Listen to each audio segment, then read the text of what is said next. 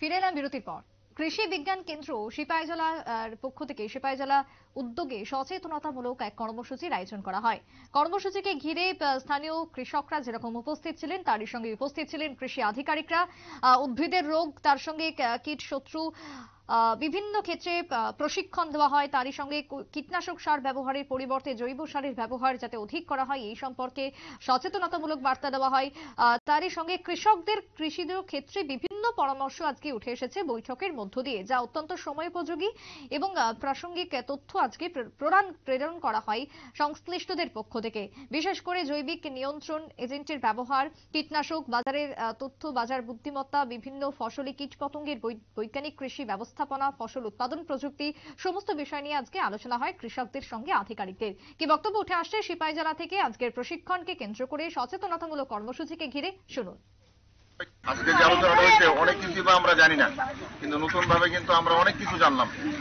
মাথায় রাখবেন, মনে রাখবেন, প্রয়োজনে কন্ট্যাক্ট নাম্বার রাখেন, প্রয়োজনে ফোন করে জিজ্ঞেস করবেন।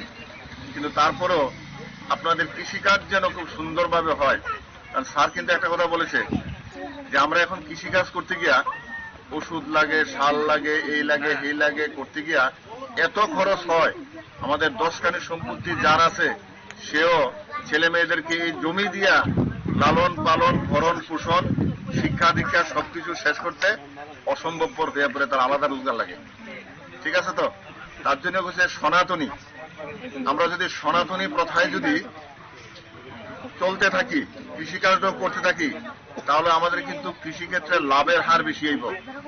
5 কানি সম্পত্তি দিয়েই 5 জন ছেলে মানুষ করা যাইব। ঠিক আছে? আর আপনারা তো এটা ভালো জানেন, সুস্থ মা সুস্থ সন্তান, এটা মায়েরা খুব ভালো জানেন। মা যদি সুস্থ থাকে, সন্তানও ভালো থাকে। আমার স্যার কিন্তু এই কথাটা কইছে। প্রত্যেকের জমি আছে, জমির মাটিটা ফসল হইতেছে মনে কমে 50, 60, 70 বছর যাবত কন্টিনিউ দিতেছেন, অন্তপক্ষে সার দিতেছেন না হইলো 20-30 বছর যাবত। এর আগে নাইলে ন্যাচারাল ভাবে হয়েছে, গরু চড়াইছে, গোবর পড়ছে, জানা পড়ছে, এই পড়ছে, এই পড়ছে। এই যে 20-25 বছর যাবত অনবরত সার দিতেছেন, মা কিন্তু সুস্থ হয়ে গেছে। মাকে কিভাবে সুস্থ করা যায়, এটার জন্য প্রত্যেক কৃষককে আমি অনুরোধ করাম, আপনারা আজকে যারা অফিসাররা আইছেন তাদের সাথে যোগাযোগ করে মাটি পরীক্ষা করে আগে মাকে সুস্থ করেন, তারপরে সুস্থ সন্তান হোক। সংশ্লিষ্টের বক্তব্য আপনারা শুনলেন। আজকের অনুষ্ঠানকে কেন্দ্র করে উপস্থিত ছিলেন সিপাহীজলা কেন্দ্রীয় কৃষি বিশ্ববিদ্যালয়ের পক্ষ থেকে ডক্টর সুভাষ চন্দ এবং তারই সঙ্গে উপস্থিত ছিলেন অন্যান্য বিশিষ্টরা, বিশেষ করে কৃষি আধিকারিকরা। আইসিএআর এর পক্ষ থেকে উপস্থিত ছিলেন অনেকেই। সবকিছুকে ঘিরে সচেতনতামূলক কর্মসূচির আয়োজন আজকে একদিন ব্যাপী।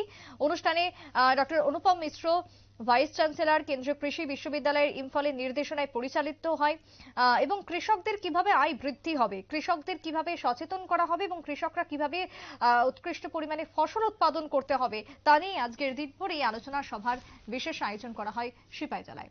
একটা ছোট্ট বিরতির পর ফিরে আসছি, সঙ্গে থাকুন।